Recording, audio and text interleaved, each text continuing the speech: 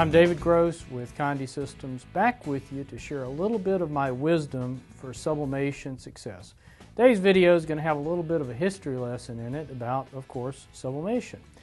When I first started doing sublimation, probably 20 years ago, we of course had sublimation ink, and of course those inks aren't around anymore. And the first inks got the job done, but they probably weren't as reliable as they needed to be. The color gamut wasn't quite as good as it should be, and plus they probably sublimated a little bit too easy, and when things sublimate easy, they also unsublimate easy. Well, one of the inks that started the revolution is this ink, and of course the packaging of this ink doesn't compare to the new inks, but this is Artanium ink. And Artanium ink was probably the most successful ink, both in small and large format printers for some years. And the last couple of years, Artanium has began to fade away. And the principal reason is that the technology of making sublimation ink and the dyes and everything that goes into it has become more and more tuned. And so it's a little bit like the Japanese principle of Kaizen.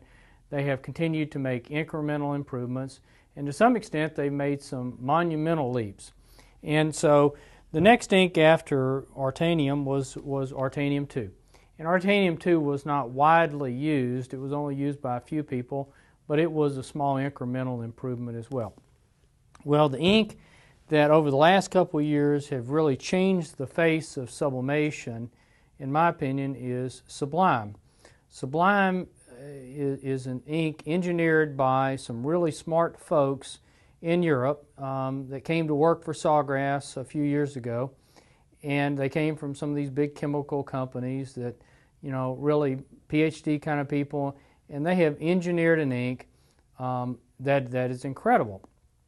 And a couple of reasons why it's so good is, one, it was designed for the high-speed printers. It was designed for the really high-speed inkjet printers, and so because of that, its flow characteristics, its